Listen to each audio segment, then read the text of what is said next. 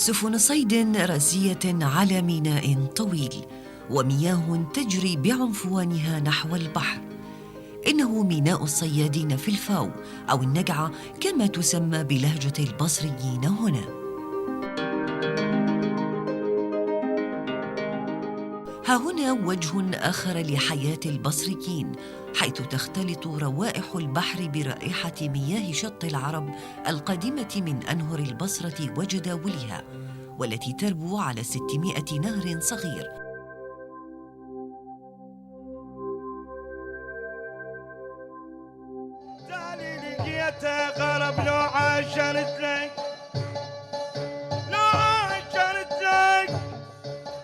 وها هنا تنتهي أقدام البصريين عند آخر يابسة في الأرض العراقية، وعند واحد من منافذ العراق نحو العالم.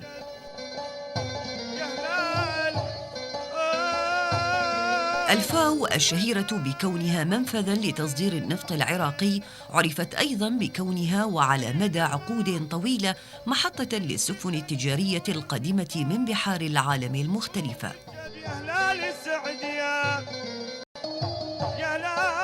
وتحتفظ ذاكرة الفاويين بصور عن أزمنة كانت فيها سواحل الفاو المطلة على شط العرب أو الخليج العربي مرتعاً لأشرعة ملونة ولحياة أكثر بهجة وألقاً في مشهد لا يتكرر في أماكن أخرى من العراق.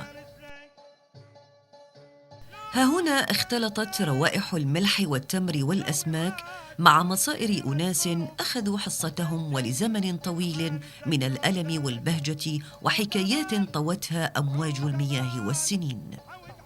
أنا أنطلق من القرن الأول الهجري، ومن خطبة خالد بن صفوان المعتزلي في البصرة، حين استدعاه الخليفة عبد الملك بن مروان للشام وأراد منه أن يتحدث أو أن يصف البصرة، فجاء في خطبته قال: يغدو قانصنا فيعود بالظبي والظليم، ويذهب صائدنا فيعود بالشبوط والشيم. هذه النجعة التي نراها الآن بنيت في منتصف التسعينيات من القرن الماضي على ركام تلك التي محتها الحرب الطاحنة بين العراق وإيران. حالها حال المعالم الكثيرة التي دمرتها تلك الحرب في الفاو وعموم البصرة. تلك الحرب الطويلة سببت جلاء السكان هنا ومغادرتهم إلى مناطق البصرة الأخرى، الأمر الذي أثر بشكل كبير على الطبيعة الديمغرافية للفاو وعلى مهنة الصيد فيها. هنا قبل 50 سنة أو قبل حتى 40 سنة كانت الحياة شبه مقطوعة عن المدينة، أي أن سكان منطقة الفاو يكاد أن يكون غير محتاج للمدينة، فهو بآلات صيد بسيطة بدائية، زوارق يصنعها من الخشب وتصنع حتى داخل في أبي الخصيب وفي أماكن أخرى من البصرة، يذهب بها للصيد ويأتي بما يسد حاجته ويفيض عن حاجته أحيانا، يذهب به إلى السوق يبيع ويشتري ما يحتاج من مواد أخرى، كان يكون الطحين أو الروز أو السمن أو كذا. ولكن بالتأكيد فقد سبقنا الأولون من الأجداد بسفن صيد بسيطة سبروا غور البحر، كان منهم يعني صيادو لؤلؤ، وكان منهم من ذهب إلى البحرين، ومن كان يتاجر مع الكويت، ومن كان يذهب به إلى الهند. كان الوقت ضحى، وما سوى هذه السفن النائمة بخدر على ضفاف النجعة كانت سفن أخرى قد انطلقت في ساعات الصباح المبكرة في رحلة صيد. هذه السفينة أو اللانج كما تسمى هنا تستعد كما يبدو لرحلة صيد في صباح الغد، ومع صيانة المحرك والتأكد من كفاية الوقود للإبحار وأشياء أخرى، لابد للصيادين من أخذ الماتشلة معهم، أي المؤن والأمتعة الضرورية. البرد الشديد لم يمنع هؤلاء العمال من حمل قوالب الثلج على أكتافهم نحو مخزن اللنج. 1000 دينار لكل 3 قوالب يحملها العامل من شاحنة الثلج إلى السفينة.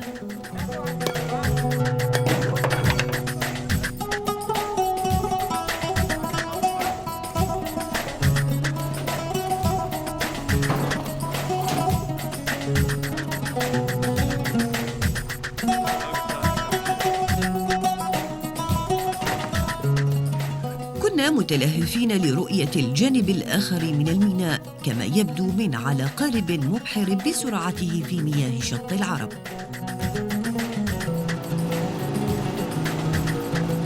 طلبنا من هذا السائق أن يقودنا بالاتجاه الذي تبحر نحوه اللنجات وسفن الصيد.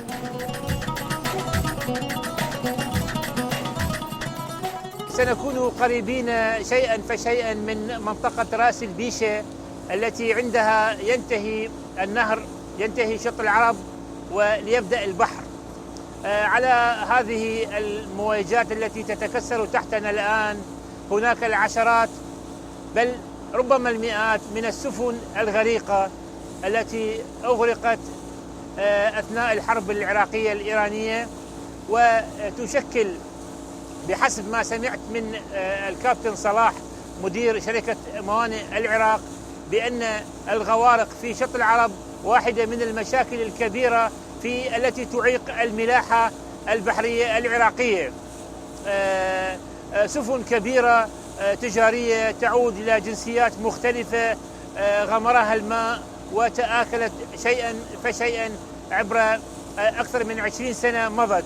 حقيقة لا نمتلك ساحلا كبيرا في البصرة، نحن نمتلك ساحلا على البحر لا يتجاوز 100 كيلومتر ما بين مدينتي الفاو ومقصر ومرورا بخور عبد الله. هذه السواحل بالحقيقة لو أنها استثمرت ستأتي بفوائد كبيرة. طبعا للأسف أنه حتى هذه اللحظة لم يستثمر البحر بشكل حقيقي. كان بالإمكان أن نخلق من هذه المناطق الجميلة التي لا نجد مثيلا لها في سواحل أشقائنا العرب في الخليج خاصة، سواحل فيها نخل وفيها أشجار وهناك ماء عذب، ولكن لحد هذه اللحظة لم تستثمر، ولو أنها استثمرت لعادت بالخير الكبير على العراق. دمرت هذه السفينة التجارية الكبيرة أثناء الحرب العراقية الإيرانية، وبقيت جاثمة تشير بهيكلها الداكن إلى المحن التي مرت بالحياة ها هنا. فيما بعد أخبرنا الصيادون أن بعضاً من هذه الغوارق الشاخصة في مدخل شط العرب على البحر تستخدم من قبل القراصنة مكامن للانقضاض على السفن وسلب ما يحمله الصيادون من نقود. آثار الحروب التي مرت على هذه المنطقة الحيوية من العراق ما زالت حاضرة، مثل بقايا هذا الجسر الذي عبر عليه الإيرانيون عام 1986 لاحتلال الفاو. وصلنا إلى الحدود التي تفصل مياه شط العرب عن الخليج العربي، ولم يكن قاربنا مؤهلاً لمواجهة أمواج البحر المتلاطمة. وأيضاً منعتنا نقطة الجمارك البحرية من التقدم أكثر من دون ترخيص للخروج إلى المياه الدولية، ومنعونا من تصوير نقطة الجمارك كذلك، غير أنهم سمحوا لنا بمراقبة اللنجات العائدة من الخليج.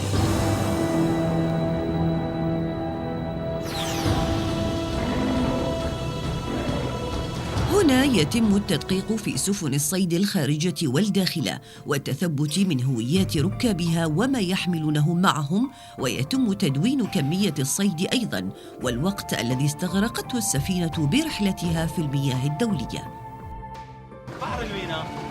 عاد هؤلاء الصيادون بعد 7 أيام قضوها في عمق البحر. الصيادون لا يتوقعون أرباحاً كبيرة، خصوصاً مع موسم الشتاء، حيث تهرب الأسماك بعيداً نحو المياه الإقليمية الكويتية والإيرانية كما يقولون. هروب السمك أو اختفاؤه من المياه وخروج الشباك بصيد قليل هو أسوأ ما يمكن أن يواجهه الصياد في رحلته، فاقتفاء أثر الأسماك هو معنى الحياة هنا.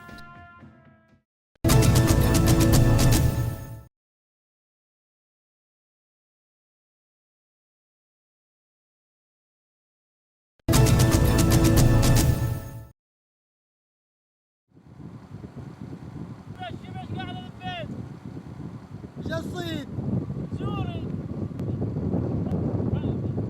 ماكو سمكة ماكو. ليش؟ جو بارد.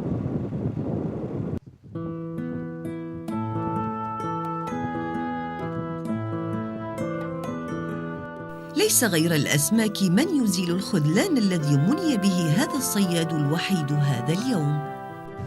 يعني هو موسم الصيد يبدي من أيام الربيع، مو؟ اي ربيع. ربيع يعني نهاية الثاني تقريبا، بداية الثاني. نهاية الثاني تنفتح الحياة، تبدي الصيد يصير وفير وتشبع الناس وتاجر. يعني يجوز انت وضعك شوي يتحسن بالصيد. بس بداية الموسم شوية يعني واحد من ثلاثة. متزوج بعدك؟ متزوج. زين. هسه هذا انت بالنسبة لك وحدة لك وحدة زوجتك. اي وحدة للعائلة. للعائلة. كافي. زين انت ما راح تشتغل بدائرة ها؟ ماكو اي شغل ماكو. اي شغل ماكو. عرفت تردوني؟ لا بالعافية بالعافية. والله. لا لو عندك صبور كان اشتريناه منك. ما وقت صبور هسه بعد. عمي تو جماعة جايبين صبور وياهم؟ هاي بحر خاف. اي بحر. اي بحر. التفاصيل التي يرويها هذا الصياد الشاب تمنحنا صورة عامة لعمل الصيادين في نقعة الفاو. احنا اول ما نريد نبدي نجهز اللنج من غاز وماي وماسله احنا نسميها اكل، وهاي للبحريه مخضر وغاز، الى ان نكمل. نجي مثلا الصبح نوعد البحريه كلها، البحاره تتوعد مثلا الساعه 6 الصبح، نجي نتجه لللج نصعد ونطلع للبحر. نحسب احنا بيش ساعه، نحسب نعرف المده على القمر، مثلا بيش ساعه يغيب القمر، بطلوع القمر بغياب القمر تصير المده. فنتجه بدايه المده من طرق اللنجه، يعني ترفع روحها من الطين نتجه للبحر.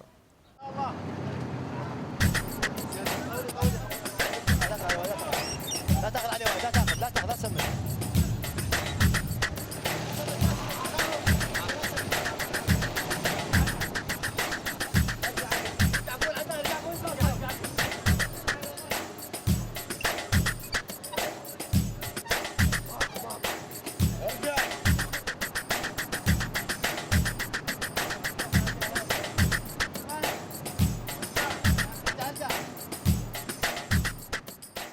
قبل الصيد احنا بالنسبه موسم شتوي وموسم صيفي.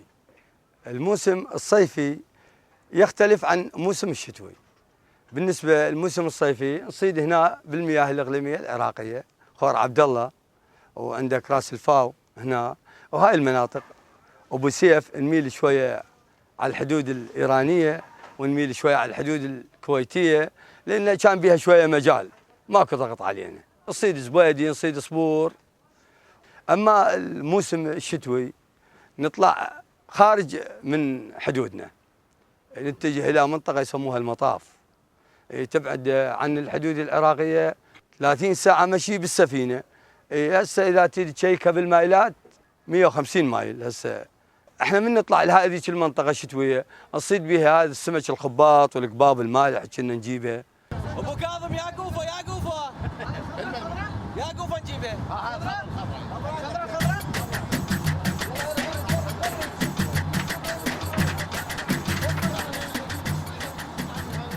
نطلع اول ما نسال الجماعه مثلا فلان انت وين مشتغل؟ قال اني مشتغل مثلا بالخور، بخور عبد الله. شلون الشغل يمك السمك؟ قال والله موشي. هاي جابت لي مثلا 10 سلات، السله تسوي 20 كيلو. قال جابت لي 10 سلات. قل له مشكور رحم الله والديك. نجاوب مثلا ابو علي شلونك؟ قال هلا ومرحبا. شلون الشغل يمك؟ قال والله خير من الله، موجوده السمكه هنا.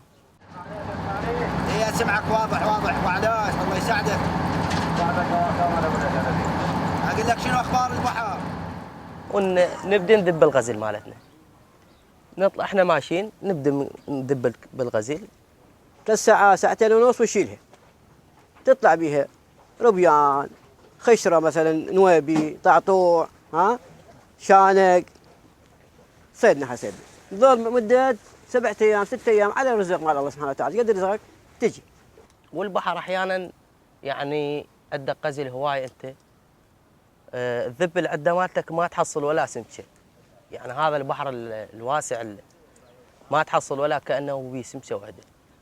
أحيانا ما شاء الله يعني تشيل ما تقدر تشيل الغزل شبش، ما تقدر تشيله من السمك، ما تقدر ترفعه.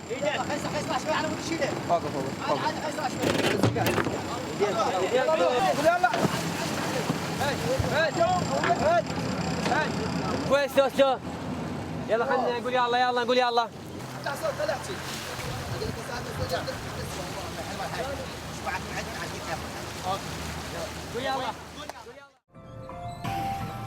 في ذلك الزمن البعيد كان البحر يزدهي بهذه السفن القديمة وأشرعتها الواسعة، حتى أخرجتها المراكب ذات البدن الحديد ومحركات الديزل من الخدمة، وأحالتها إلى ركام خشبي على الساحل يذكر بتاريخ طويل من العلاقة مع الماء.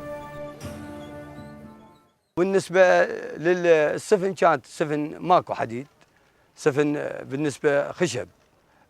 هنا يسووها النجاجير، هي قسم هنا يسووها وقسم ننجرها بالكويت، نقيم فترة بالكويت ونسوي السفينة نكملها ونجيبها هنا ندخلها قمرق ونرسمها تدخل ونوب نحط بها محرك ونشتغل. تقريبا السفينة تكلف لها 5000 دينار 6000 دينار، والله تقريبا بال 65 لل70. ورغم متانة السفن المصنوعة من الحديد، إلا أن السفن الخشبية كانت تحتفظ ببرودة باطنها فترة أطول، وهذا ما يساعد على عدم تلف الأسماك أو ذوبان الثلج الذي يحفظها بسرعة. لسان حال العديد من الصيادين في هذا المرفأ يترحم على تلك الأيام، حين كانت السفن والقوارب تتحرك بالأشرعة ونعمة الهواء. فأكبر المشاكل التي يعانيها الصيادون وأصحاب سفن الصيد بدت مرتبطة بالوقود ومحركات السفن. الصيادين يروحون يتكلف بكذا مبلغ من المصرف إلى يصل إلى الملايين، يريد يجيب الصيد للبلد ويريد هو يكسب، لأنه هاي الشريحة تاكل من تعب إيدها. يعني الشريحة هذه تخاف الله تشتغل من أجل تعيش. أما الدول المجاورة مثل اخواننا الكويتيين يكضون الصياد، يهينونه ويضربونه وياخذون سمكه يذبونه ويذبون اشباكه ويحرقون اشباكه ويذبون كل الاجهزه الموجوده، وفوق ذلك يعتدون عليه. واخواننا الايرانيين كذلك، لو تعطيهم فلوس مال صيدك كله تعطي لهم يخلونك، ما تنطيهم يعاملونك نفس المعامله. هسه هم غاز ماكو، الدول المجاوره هم ما يحاسبونهم، لا احنا وين نروح؟ المشتكى الى الله. تجيب محرك لهذا المسكين الفقير تقول له يا مسكين يا فقير انت قاعد تشتري محرك مال دبابه مال الجيش، تعطيه محرك. خو بالزمن السابق جابوا لنا محركات، جابوا لنا اشباك، قلنا ان شاء الله هسه بعد يصير احنا احسن من السابق، واحنا انه صرنا للاسوء. لاكو غاز، لاكو اشباك، لاكو محركات للصياد، هذا الدعم للصياد. اذا راح عندك ايد من الصياد بيش يشتغل؟ شتى الصياد. فلذلك هاي الاسباب العرقله مالت الصياد. فمن وقت الصياده قلت الاسماك. هو منو يجيب السمك؟ قال يجيب الصياد؟ يعني هاي المكان مالتنا بريه، الوقود تصرف وايد وقود طبعا، والسبه المحرك مو مال بحر. المحرك البحري كميه الغاز شويه يصير اقل، والشغل النظامي عطلاته بسيطه قليله، ما بي عطلات، هاي الشغلات. واحنا يعني ما عندنا الخدمات كلها، ما عندنا. وأيا كان نوع الحديث الذي يبدأ به الصياد، فإنه ينتهي إلى أزمة الوقود وغياب الدعم الحكومي للصيادين وغيرها من المشاكل.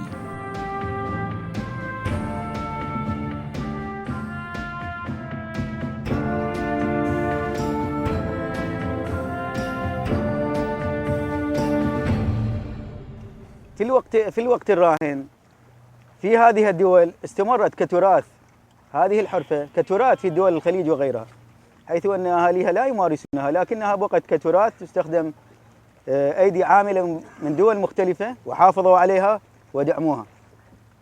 أما في العراق فإن هذه الحرفة بقت حرفة وليس تراث، لأنه لا توجد حرفة ثانية يمارسونها هذه المناطق غير هذه صيد الأسماك.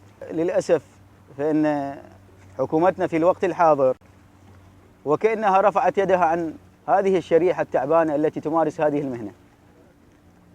لا نعرف أن هذه الحكومة هل هي تريد أن تنهي هذه الحرفة ولتقل كلمتها بأنها نريد إنهاء هذه الحرفة، أم هي تريد مساعدة هؤلاء الناس الذين يعملون في هذه الحرفة ولتقل كلمتها ولتلتفت لهم ولتساعدهم من خلال دعمهم بالوقود وشراء المحركات. بعد ما يا حبه وديعانه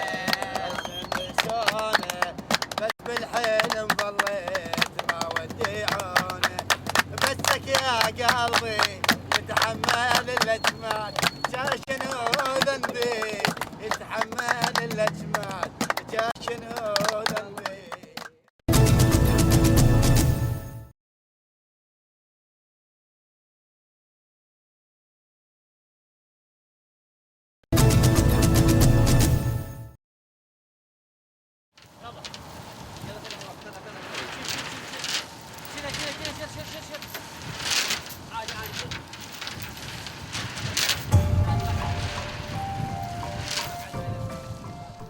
يقارن الصيادون العراقيون حالهم بحال الصيادين في الدول المشاطئة للعراق، ولا ينفكون يتحدثون عن امتيازات يحظى بها زملاؤهم في الدول المجاورة ويحرمون منها هنا. فالوقود الكافي لتشغيل السفن يعطى بسعر مدعوم، وتمنح للصيادين قروض من المصارف الزراعية، ويتم توفير المحركات الحديثة والشباك وغيرها من مستلزمات الصيد بأسعار مخففة دعماً لحرفة الصيد في البلاد. وهذا ما يعتقد الصيادون العراقيون أنهم محرومون منه في بلادهم. نطلب من الحكومة الالتفاتة لهذه الشريحة المظلومة من الصيادة، وليعتبرها مثل الدول المجاورة مثل إيران والكويت، يدعمون صيادتهم دعم خاص لهم للصيادة، ما تعتبرهم مو منتجين، وإحنا القضاء هم منتجين. يعني هل الكويتي أفضل من العراقي أو الإيراني أفضل من الشعب العراقي أو الشعب المظلوم هذا؟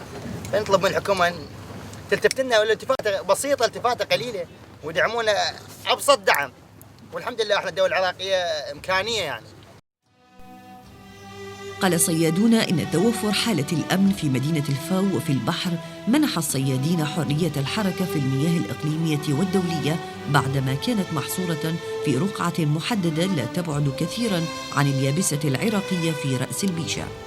وتعاطف صيادي الدول المطلة على الخليج مع الصيادين العراقيين مما أدى إلى تنامي العلاقات المهنية ووشائج صداقة كانت غير متاحة في الماضي. جريدة الشرق الأوسط في 4 كانون الثاني عام 2007.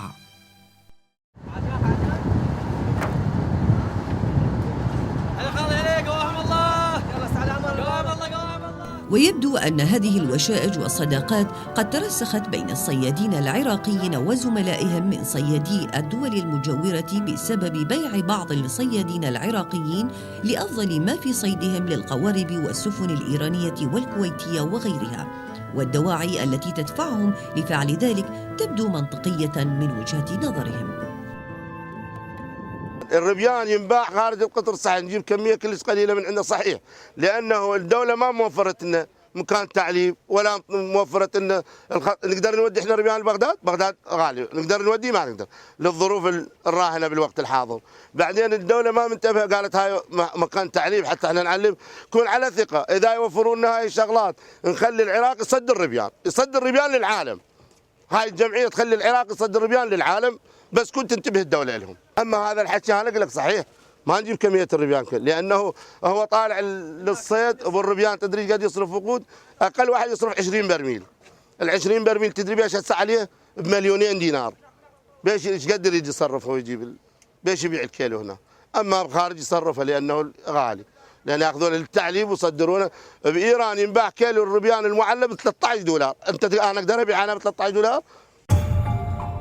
وشائجة أخرى تعمقت في عرض البحر لا علاقة لها بالأسماك، فالبحر غدا ومنذ فرض العقوبات الاقتصادية على العراق في زمن النظام السابق ممراً أساسياً لعمليات تهريب النفط، ولا زال الأمر جارياً حتى هذه الساعة، وهو أمر لا ينفيه الصيادون. زين هذا القمرق ليش هسه هذا القمرق من يجي يحاسب السماش، ما يحاسب ابو التهريب. الصياد اذا ما الصياد يحاسبه، بالنسبه لنا احنا اول من يجينا يجي يحاسبنا يمكن 5 نفر يصعدوا باللنج، اذا يصعدوا بالغاز يجي يطلع ما له شغله عادي ذبله ورقتين وطلع. زين ليش حاسبنا احنا؟ يعني بالنسبه للغاز من يغلب جا هم ماخذ النظره عليه على الهلفاو، على اطلاق الهلفاو كله تهرب، ليش تهرب؟ لدينا حصه كنا نستلمها حسب القوانين العالميه والعراقيه في جدول. حسب القوى الحصانيه وطول الزورق وابعاده مدروس. لدينا زوارق تستلم 10 براميل ولدينا زوارق تستلم لها 50 60 برميل من باب السهوله. الان نحن نستلم هذه كميه تشغيليه. نأمل من سياده الوزير وحسب الاتفاق المبدئي والشفهي الذي بيننا انه في حين خروجنا الى الخور باستلام هذه الكميات سوف يعيد لنا الحصه وسوف يدعم لنا سعر الوقود. تفاجأنا عكس هذا. احنا قعدنا ووعدنا وعد، انا يعني حتى اذكره بالوعد ماله، انا ااكد بالوعد ماله، هو يشوفني هسه على الشاشه يمكن قال ان شاء الله تتجهون الى الخور، وانا تحدثت وياه قلت له هاي شريحه من الشرائح المظلومه بالعراق. قال انا ان شاء الله ما عندنا مظلوميه بالعراق، وانا الشهر الثاني وان شاء الله راح اعيد الحصه كامله ان شاء الله. لقد تحمل الصياد اجور النقل، وهذا مفروض انه اجور النقل يكون مسؤوليه الدوله وليس مسؤوليه الصياد. فاين هذا الوعد يا سياده الوزير؟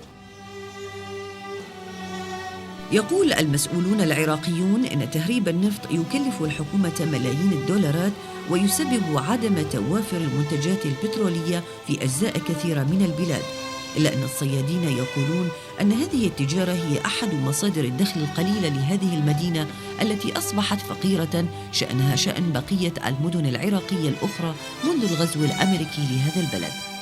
التهريب هو ذلك السر الذي يعرفه الجميع، بدءا من الشرطة ومرورا بالمسؤولين المحليين وانتهاء بالأسر التجارية الكبرى.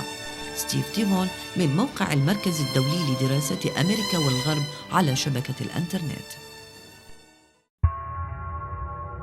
لكنك لن تجد صياداً واحداً يعترف بمشاركته في تهريب الوقود، والمتهم هو جهة غائبة لم نتمكن من وضعها أمام الكاميرا. الحكومة تقدر تعرف ذاك مهرب وتقدر تعرف هذا صياد. تيجي للجمعية تروح على الأسكلة مال القمارق يشوفون الصياد اللي يطلع يوميا يروح يجيب سمك ويجي، وتعرف اللي واقف ما يشتغل هذا مهرب. حكومة معروف ما تعرف الصياد من مهرب. اكو جمعيات خيرة بالفاو تاخذ 2 3 تربطهم على القمارق الفاو وشوف منو اللي يطلع يجيب سمك ومنو ما يطلع يجيب سمك. عدل مو عدل؟ اللي يجيب السمك هو الصياد، واللي قاعد له في راس ولاد بيته مو صياد. فانضر الصياد بسببنا بسبب المهربين، والحكومه تعرف من المهرب وتعرف من الصياد. انا اكد لك الحكومه تعرف من هاي الشيء 100%. الإجراءات التي اتخذتها وزارة النفط العراقية للحد من عمليات تهريب الوقود عبر موانئ البصرة أثرت كما يبدو على الحصص التشغيلية من الوقود لزوارق وسفن الصيد. الصياد يستلم الوقود عندنا احنا بهذا الدفتر، كل شهر إن حصة من المفتية بهذا الدفتر. ناخذ الدفتر للمحطة ويشوفون الخروج والدخول ماله طالع وداش وجايب كمية الأسماك مسجلة بالدفتر. يا الله يصرفون لنا الوقود. بعدين احنا عانينا من الوقود، طلبنا لجنة من الحكومة تطلع لجنة تتقصى الحقائق، يشوفون الصياد هذا مهرب يصيد سمك ما يصيد سمك. راحت اللجنة للسيطرة البحرية، وصلوا طبقوا على صعدوا بالسيطرة، نزلوا لقوا لنجات مال تهريب وقود، شافوهن محملات بالوقود شافوهن ولزموهن. وحده من عندهن راحت انسحبت وحده لزموها. بعد احنا ما لنا علاقه، احنا جايبينهم قايلين لهم احنا نريد تشوفون احنا صياده لو مو صياده، تاكدون احنا صياده، نجيب كميه اسماك ما نجيب كميه اسماك. طلبوا السجلات من موجوده 3 جمعيات، طبعا طلبوا السجلات احد الجمعيات لقوا السجل ب4 لنجات طالعه خلال 3 ايام، 4 لنجات طالعه اليوم طابه باكر. كتروا خلوه على جهه. طلبوا السجل مال الجمعيه الثانيه، لقوا بيه لنج واحد طالع اليوم وداش باكر. طلبوا السجل مال الصيادين، لقوا السجل طالعه 97 لنج خلال 3 ايام، طالعه اقل واحد جايب فتره 9 ايام. غير أن النفط لا يهرب نفسه بنفسه، وهناك بالتأكيد من يقوم بهذه العملية. العاملون في اتحادات الصيادين في البصرة نفوا أن يكون البعض يتحايل لأخذ حصة من الوقود لقوارب هي قيد الإنشاء، ومن ثم بيعها في السوق السوداء أو لسفن التهريب خارج العراق. هاي الدعوة عارية من الصحة، لأن بناء الزورق شيء مو بسيط، يتم بمراحل عديدة. أول مرحلة هي مرحلة التفتيش البحري. التفتيش البحري تخرج لجنة، هاي اللجنة تخرج إلى موقع العمل ليتم به بناء الزورق أو السفينة، سفينة الصيد، تقيس الأطوال العرض بالطول حسب القانون الموجود دوليا. تخرج لجنة ثانية عملية بناء أضلاع الزورق وإكساء البدن باللحام. اللجنة الثالثة تخرج إلى موقع العمل أيضا. هاي اللجان من مهندسين وناس ذات شأن وخصوصية بهذا المجال من التفتيش البحري، كابتنية، ناس مهندسين، ناس مختصين. اللجنة ثالثة. اللجنة الرابعة لإكساء البدن بالبليت. اللجنة الخامسة الأمور الثانوية للديك أي السطحة. اللجنة الرابعة 6 لجان إلى 7 لجان تخرج من التفتيش البحري، كابتنية ومهندسين، لإعطاء هذا الجول العراقي اللي مو أي إنسان جاي تلاحظ العلامة التفتيش البحري، مدير التفتيش البحري. اكو شغلات سرية هسه ما تظهر بالكاميرا، يعني فسفورية شلون نقول الجنسية مو أي إنسان يقدر يسوي جنسية، مبين الجنسية المزورة والجنسية الصحيحة. فهاي المسألة عارية من الصحة.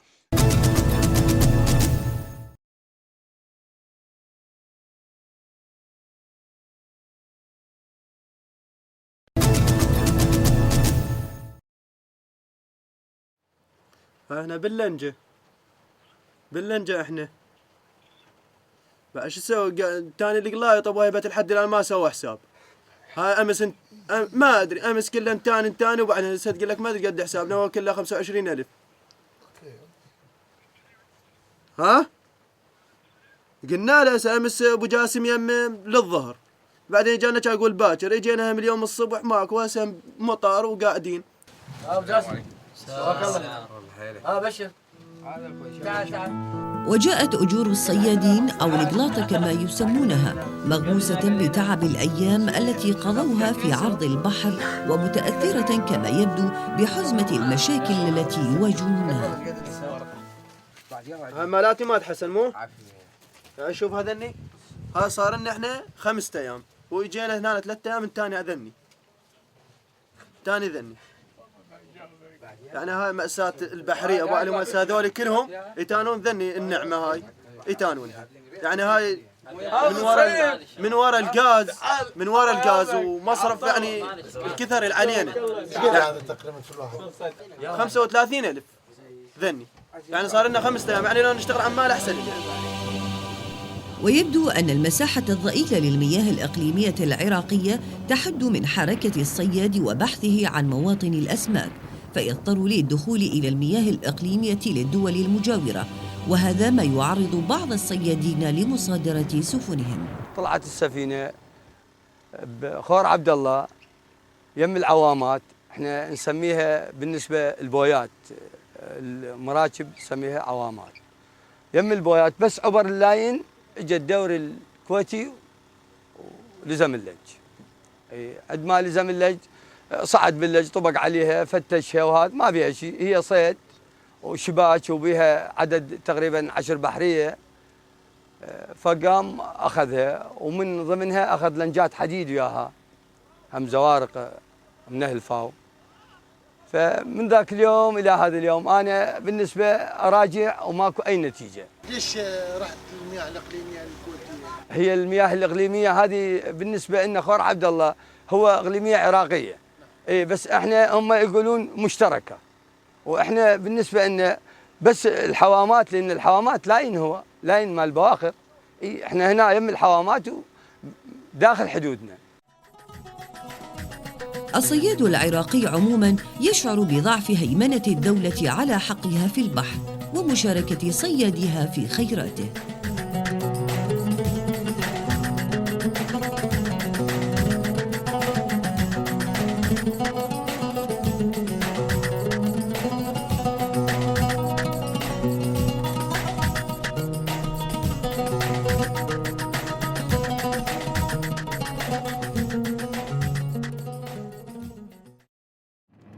بسم الله الرحمن الرحيم. الحاقة ما الحاقة وما. ومن أجل رؤية الأسماك التي يدور حولها كل هذا الحديث كان علينا أن نبكر في الحضور إلى نقعة الفاو كي نلحق بعملية البيع والشراء في علوة السمك والتي تجري عادة في ساعات مبكرة. على الموجود 26 25 2000 2000 2000 الكاسحة. عن الصيد.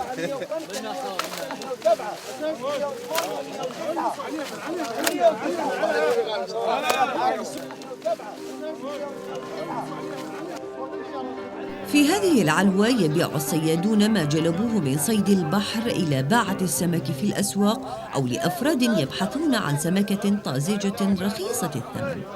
أنا بالنسبة لي يوم جيت أخذت من هذا الروبيان مال الشيط الأبيض الناعم، يعني ناخذ بحدود 850 هيك تقريبا 3/4، فمصرفها ينبيع ب1000 ربع الحمد لله. وبالنسبة أخذت شانق، هذا شانق اسمه عندك نعم، وهذا مزدق وهنا شعري، فهذا الشانق يفتح ب4 ونص.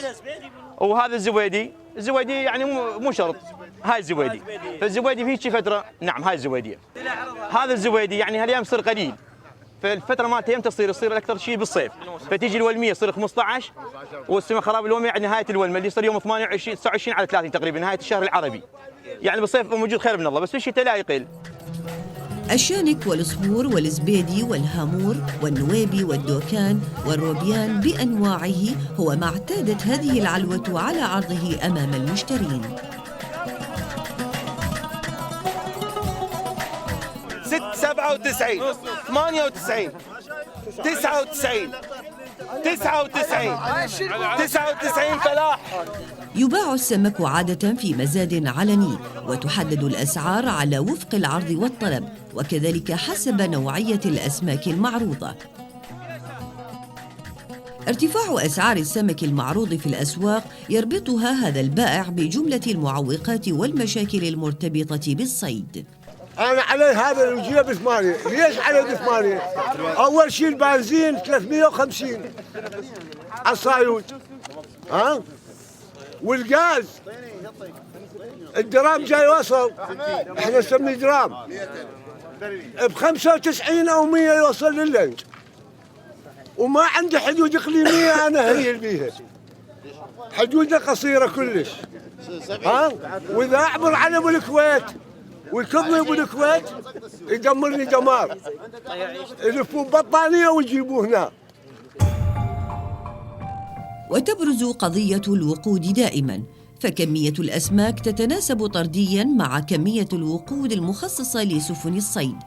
كل شيء تقريبا يؤثر على كمية الصيد. بالنسبة لقلة الأسماك في الوقت الحاضر هو سبب انقطاع الوقود عن الصيادين تماما، لأن من يوم 1/1 بالسنة الجديدة زاد به أسعار الوقود، بالتالي أنه الصياد ما عزف عن شراء الوقود، بالتالي أصبح عندنا شبه إضراب من قبل الصيادين، مما أدى إلى انخفاض إنتاج الأسماك في العلوة تماما. زهو هذه العلوة يأتي مع موسم الصبور مع مطلع الربيع، حيث تنتعش الحياة وتزداد حركة البيع والشراء وتزداد فرص العمل المختلفة المرتبطة بمهنة الصيد. كنا تقريبا 5 أطنان يوميا، 5 6 أطنان نشتري، وكنا نشتري منين؟ من الصيادين، وقت الموسم يعني وقت الصبوره من الشط.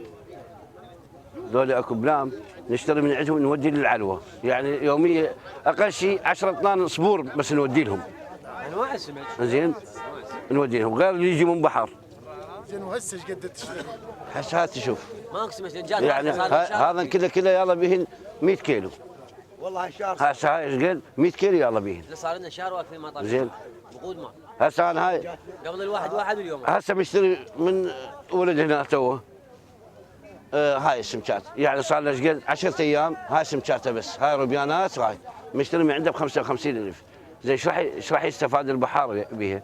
هاي احنا عندنا كشف شهري يعني الاسماك اللي تطلع من عندنا من العلوه يعني كميات، هذا كل شهر نوديه للزراعه هذا الكتاب. شوف يعني عندنا هسه احنا مثلا كميه الصبور بهذا الشهر طالعه عندنا 100 طن مصدرين من العلوه هذه.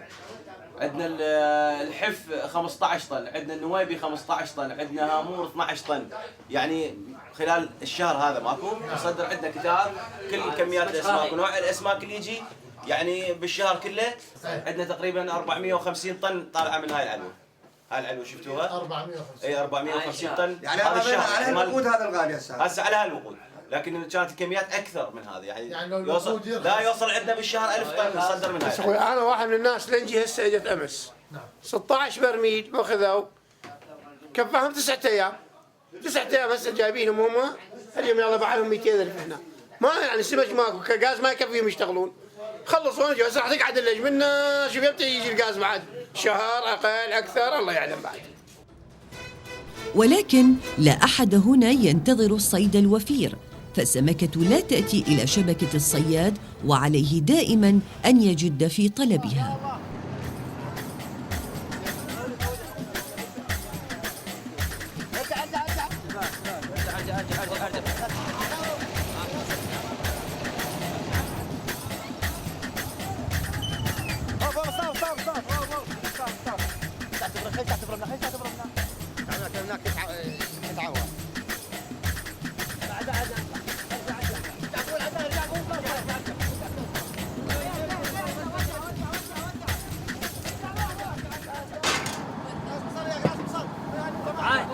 يا نور جوعانين حط الغدا يا نور جوعانين حط الغدا يا نور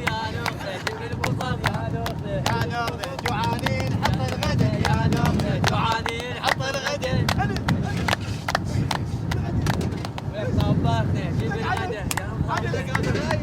هاي العدس صار صديق العائله هذا العام